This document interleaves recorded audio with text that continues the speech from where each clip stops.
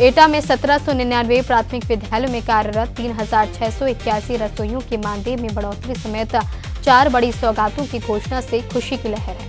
विकास भवन के शताक्षी हॉल में आयोजित कार्यक्रम का शुभारंभ एमएलसी आशीष यादव ने दीप प्रज्वलित कर किया। 40 रसोइयों को प्रशस्ति पत्र देकर सम्मानित किया गया। सीडीओ राजेंद्र प्रसाद मिश्रा ने बताया कि मानदेय 2000 से बढ़ाकर 3000 कर दिया गया है और 5 लाख का कैशलेस बीमा, 2 लाख का दुर्घटना बीमा और ड्रेस भत्ता 500 से बढ़ाकर 1000 कर दिया गया है। आज एक्चुअली अपने जनपद में एटा में कुल 1799 विद्यालयों में 3681 रसोइयाँ कार्यरत हैं। इसमें से आज 40 को यहाँ पर जो है सम्मानित किया जा रहा है।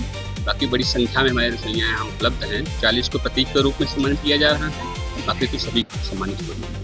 हाँ, आज इनको इनके लिए माननीय मुख्यमंत्री जी की तरफ से 4 घोषणाएं रूप से रहेंगी। एक तो इनके मानदेय में वृद्धि, जो इनको 2000 रुपये का मानदेय मिलता था वो बढ़कर के 3000 रुपये है। दूसरी, इनको सुविधा दी गई है कैशलेस की सुविधा, 5 लाख तक की सुविधा दी गई है। इसके साथ साथ इनको जो है 2 लाख रुपए का बीमा कवर भी इनको पालन रूप से दिया गया है। और इसके साथ इनके जो ड्रेस के लिए, जो इनको अभी तक 500 रुपया मिलता था साड़ी के लिए, ड्रेस के लिए, वो को बढ़ा करके माननीय मुख्यमंत्री जी ने 1000 कर दिया है। इस तरह से आज हमारी रसोइयाँ बनने हैं हमारी, उनके लिए बहुत ही शुभ दिन है और उनको बहुत बड़ी सुविधा और सौगात माननीय मुख्यमंत्री जी द्वारा।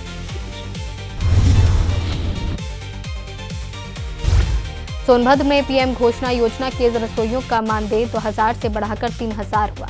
यूनिफॉर्म भत्ता 1000 किया गया। रसोइयों पर परिवार को 5 लाख तक का कैशलेस इलाज और दुर्घटना में मृत्यु पर 2 लाख की सहायता मिलेगी। रायबरेली के शहर कोतवाली क्षेत्र में बरगद चौराहे के पास खुले नाले में गिरने से अज्ञात साइकिल सवार की मौत हो गई। स्थानीय लोगों ने कड़ी मशक्कत के बाद युवक को नाले से बाहर निकाला, लेकिन तब तक उसकी मौत हो चुकी थी। सूचना पर पहुंची पुलिस ने शव को कब्जे में लेकर मृतक की पहचान के प्रयास शुरू कर दिए हैं। हम जा रहे थे चाय लेने उधर, तो यहाँ से चिलगोपाड़ मची तो हमने देखा नाले में एक आदमी गिरा हुआ था और तो कोई कूद नहीं रहा था। मैंने कूद के उसको निकाला, जब तक निकाला तब तक वो ख़त्म हो चुका था। तो अचानक कैसे नाले में कूद गया? ये नहीं पता था, साइकिल से जा रहा था कहीं इस दिल्ली को, तो जाकर सीधा नाले में गिर गया। उसके बाद हमने निकाला तो तब तक वो बच नहीं पाया था। सोनभद्र के रॉबर्ट्सगंज में सपा कार्यकर्ताओं ने बढ़ती महंगाई के खिलाफ अनोखे अंदाज में प्रदर्शन किया। स्वर्ण जयंती चौक पर चीनी, दाल, चावल, तेल और प्याज की आरती उतारकर सरकार पर निशाना साधा। सपा जिला सचिव प्रमोद यादव ने कहा कि महंगाई ने गरीब और मध्यम वर्ग की कमर तोड़ दी है। कार्यकर्ताओं ने सरकार के खिलाफ नारेबाजी करते हुए महंगाई पर लगाम लगाने की मांग की। बहराइच में रक्षाबंधन से पहले 2 अलग-अलग थाना क्षेत्रों में 2 महिलाओं की संदिग्ध परिस्थितियों में मौत से परिवार में कोहराम मच गया। नानपारा के जगदीश नगर में 20 वर्षीय विवाहिता सोना का शव फंदे से लटका मिला। वहीं हुजूरपुर के चितहरिया गांव में 35 वर्षीय पूजा यादव की अचानक मौत हो गई। पुलिस ने दोनों शवों को कब्जे में लेकर जांच पड़ताल शुरू कर दी है। सब कुछ पर बता नहीं सकते, मार दिया है। हमारा तो यही मानना है कि मार दिया है। रंजिश क्या रही? रंजिश क्या, दूसरी औरत रख रखा है। कौन? कोई बानवी नहीं। फिर क्या हुआ? वो काफ़ी दिन से मारता पीटता था, समझाते बुझाते थे। उसके बाद में ये कल रात में भंडारा था बगल में, भंडारा हुआ, लोग खा पी के सो गए। उसे वो औरत रात में आती थी, घर पे भी लेके आता है। दूसरी महिला के शक में मारा है? हाँ। कैसे मौत हुई इसकी? अब ये लोग वो तो बता रहे हैं कि फांसी लगाई है। फांसी लगाई है? आपको क्या लग रहा है? हमको लग रहा है कि मार दिए है। ये किस गांव का मामला है? ये चिथलिया का मामला है। चिथलिया गांव? हाँ। थाना हजूरपुर। ये फांसी कहाँ लगाया है? वहीं चिथलिया में, घर के अंदर? हाँ। क्या नाम महिला का? पूजा यादव। पति का नाम क्या? संबर यादव। बहराइच की नई बस्ती बख्शीपुरा वार्ड नंबर 1 के लोगों ने खराब रास्तों, जाम और रेलवे ट्रैक पर हो रही दुर्घटनाओं को लेकर शांतिपूर्ण प्रदर्शन किया। स्थानीय लोगों ने 2019 की स्थिति बहाल करते हुए क्षेत्र की समस्याओं के समाधान की मांग की। उन्होंने कहा कि खराब रास्तों के कारण एम्बुलेंस को करीब 5 किलोमीटर का अतिरिक्त चक्कर लगाना पड़ता है। 2019 से बन रही है, जिससे 2019 से हम लोग प्रयास कर रहे हैं। माननीय सांसद जी और माननीय विधायिका जी सभी लोगों के पास हम लोग गए हैं और ज्ञापन दिया गया है। उन्होंने आश्वासन देकर हम लोग को इग्नोर कर दिया गया है। और मैं ऐसे सरकार से निवेदन करना चाहता हूं कि अंडरपास देने का कृपा करें। जो जलियाबाग का जो सिस्टम बना दिया गया है, 3 रेलवे क्रॉसिंग बंद हो जाएगा तो जलियाबाग बन जाएगा। इसलिए हमें आप पत्रकारों से निवेदन है कि उसे खुलवाने की कृपा करें। नहीं, अगर कार्रवाई होती है तो क्या कार्रवाई करें? मैं इससे जिससे ज़्यादा आंदोलन किया जाएगा, जो भी होंगे पूरे गाँव से और घर से निकलेंगे। हमें घोर कठिनाइयों का सामना करना पड़ा है 2018 से हमें घोर कठिनाइयों का सामना करना पड़ा। एम्बुलेंस भी अगर आज हमारे परिवार में कोई बीमार है, एम्बुलेंस भी आना चाहे तो नहीं आ सकती। उसको 5 किलोमीटर लंबा सफर तय करना पड़ रहा है। जाम के साथ हम अपनी मांगों को लेकर कई बार सांसद, विधायक, मतलब ऐसा कोई जनप्रतिनिधि नहीं बचा है जहाँ नहीं गए हों। लेकिन यहाँ सभी के कानों में जुए रेंगे हुए हैं। हम लोगों को बहराइच शहर से दरकिनार कर दिया गया है। एक गांव का निवासी बना दिया गया, शहर से नामी काट दिया गया है। हम बहुत भ्रमित हैं, हम वार्डवासी बहुत भ्रमित हैं कि क्या हम ग्राम प्रधानी में चुनाव चल रहा है या नगर पालिका में है। हमें इस बात का जवाब चाहिए। 4-4, 5-5 मौतें इसी रेलवे ट्रैक पे हुई हैं और सरकार इस पर कोई भी ध्यान नहीं दे रही है। हमारी मुख्य मांग है कि 41 की हमारी बहाल की जाए, क्योंकि 2018 में जिस प्रकार ये बहाल थी उसी प्रकार पुनः बहाल की जाए। हम लोगों को कठिनाइयों से कितनी आबादी से हमारी इस मोहल्ले की आबादी लगभग 45 से 40 हज़ार आबादी है। इसमें 45 से 40 हज़ार आबादी है इसमें। आज आप लोगों ने जो यात्रा निकाली, कहाँ से कहाँ तक निकाली? हम लोगों ने अपने मोहल्ले नई बस्ती बख्तीपुरा चांदमारी चौराहे से लेके यहाँ तक के लिए यात्रा निकाली है। फिरोजाबाद डीएम संतोष कुमार शर्मा ने संदलपुर गौवंश आश्रय स्थल का निरीक्षण किया। खराब सीसीटीवी कैमरे मिलने पर नाराजगी जताते हुए तत्काल दुरुस्त कराने और नियमित निगरानी के निर्देश दिए। साथ ही चारा पानी व साफ सफाई व्यवस्था बेहतर रखने को कहा।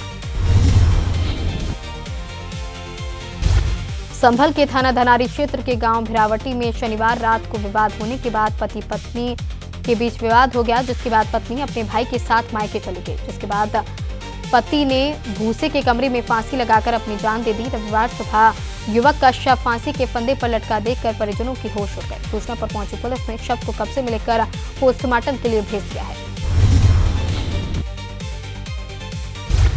रायबरेली में झाड़ू फूंक करने वाले रामलखन पासी की हत्या का पुलिस ने खुलासा कर दिया है। पुलिस ने 22 वर्षीय शिवम उर्फ पुष्पेंद्र को गिरफ्तार किया है। आरोपी अपने पिता की मौत के लिए मृतक की झाड़ फूंक को जिम्मेदार मानता था। रंजिश में कुल्हाड़ी से हत्या का आरोप है। पुलिस ने कुल्हाड़ी और खून में सनी टी शर्ट बरामद की है। राम जियामन पुत्र चेतऊ पासी निवासी ग्राम पालकीहाट थाना जगतपुर जनपद रायबरेली द्वारा अपने भाई राम लखन पासी उम्र करीब 60 वर्ष, जिनके पिता का नाम भी चेतऊ है, किसी अज्ञात व्यक्ति द्वारा हत्या किए जाने के संबंध में अभियोग पंजीकृत कराया गया था। घटना के अनावरण हेतु टीमें गठित की गई। जांच के अनुक्रम में जरिए मुखबिर सूचना प्राप्त हुई कि घटना से संबंधित अभियुक्त शिवम उर्फ पुष्पेंद्र कुमार पासी सन ऑफ स्वर्गीय रामविलास उर्फ पुतानी, इसकी उम्र करीब 22 वर्ष है, जो पालकीहाट का रहने वाला है, नशेड़ी किस्म का व्यक्ति है, घटना करने के बाद से ही फरार है।